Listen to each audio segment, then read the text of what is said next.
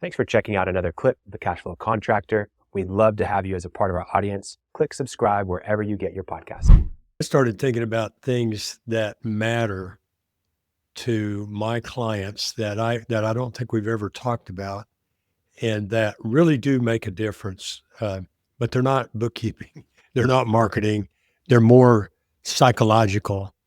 And what I'm talking about is that we keep a record of accomplishments. Okay. Okay. What does that look? How do you envision that looking like? Well, a great way to do it, and I think journal would be for people to journal so that they can keep a record. It's like going to the gym. You start out at the gym and you go in there and a year later you have all these goals or whatever you're doing. And if you don't take pictures or write down what you're doing, it's a year later and somebody says, well, how you doing? You go, I don't know, Well, Yeah. You're not the same person at all if you've been going regularly for a year, but you don't notice the change. And so you don't give yourself credit. And I find that with business owners, I would love to see people keep a perpetual record. In my style, that's a notebook, right, with paper in it. Yeah. Certainly not for other people, but on a maybe daily basis, a reflective time or ad hoc basis, being aware. And when you're starting in business, a significant accomplishment would be, hey, I have a website.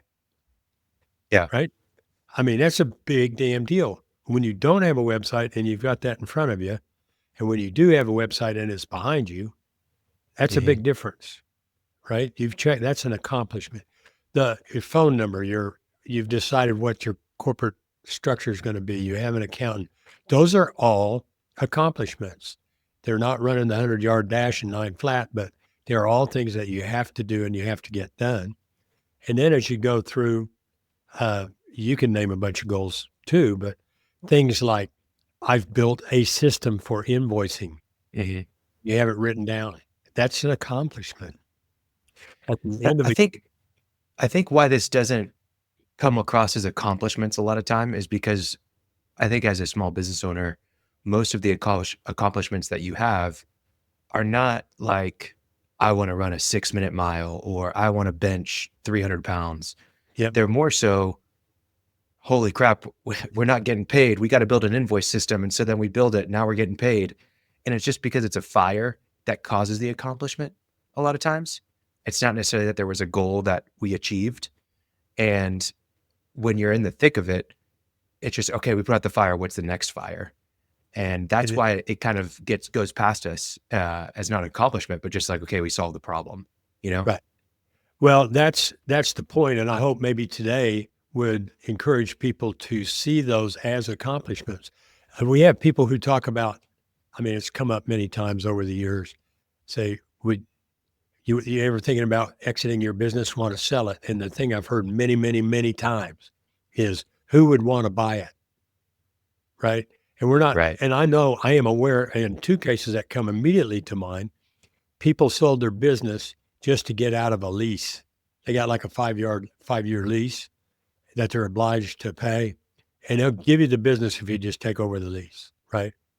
So those, and when people ask me who would want to buy it, I say, well, I may not know specifically, but think back to everything you had to do to get a business that has a name and a phone number and a website and an email and a product, and whether you've written them down or not, a system for delivering that product and suppliers and customers. And you just discount all that because it just happened, as you said, well, I have to do that. I have to do it today. Yeah. But I want people to give themselves credit for that. It requires reflection. I do journal a lot, and I'll maybe describe my journaling method because I think a lot of times people envision that being like a perfect setting where you have the journal that you pick up and a pen and you've got to sit down and write for 30 minutes or an hour. And I used to idolize journaling like that, where it had to be this perfect scenario. But for me, I use a tool called Notion. You could use your Apple Notes app if you wanted to. It's just a simple, notepad for the easier terms. But I just use bullet points. I just start, that's all I do. So I just jump in and what I do is I start writing and I just give context, and I'm literally just putting, all right, sitting down at my desk or sitting down at this coffee shop, ordered a cappuccino. Guy just walked in with a crazy hat. I've just slept terribly last night. I'm just putting context, random stuff just to start thinking and writing, right? I don't know what that method is in school, but they tell you, okay, you can't put your pen down. It doesn't matter what you write. It can be whatever you want, but you just have to start writing. So I do that for maybe like a minute or two. And then I start listing out bullet points of thoughts or feelings.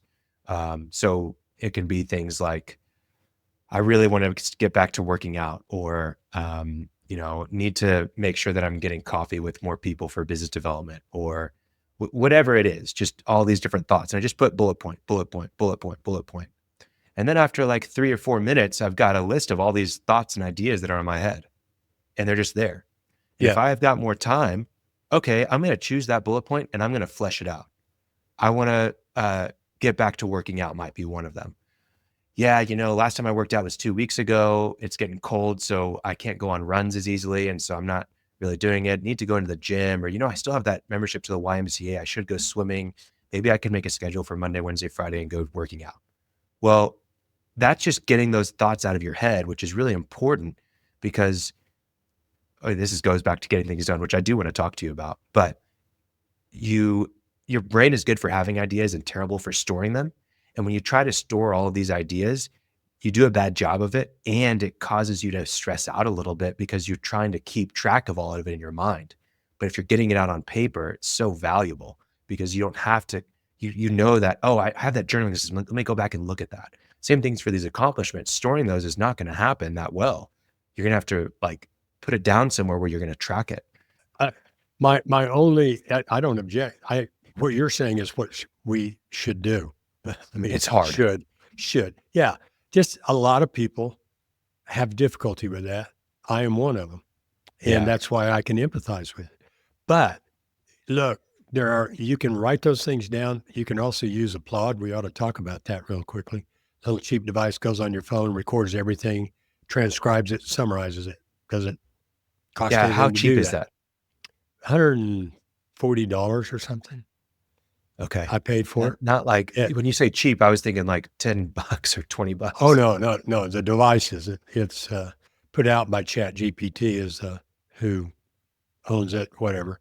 But you can record notes to yourself, record phone calls, record meetings.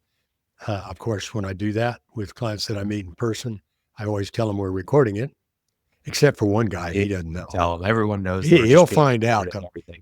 No, you tell him that you're recording them. And the thing about it transcribes every word, and then it summarizes it. Chat summarizes it for you. Well, and this is a great point. You don't have to journal literally writing. I do think that there is a value in doing that. But I oftentimes just pull out voice memos, especially when there's big events. Just pull up a voice memo and start talking. Go on a walk and start talking.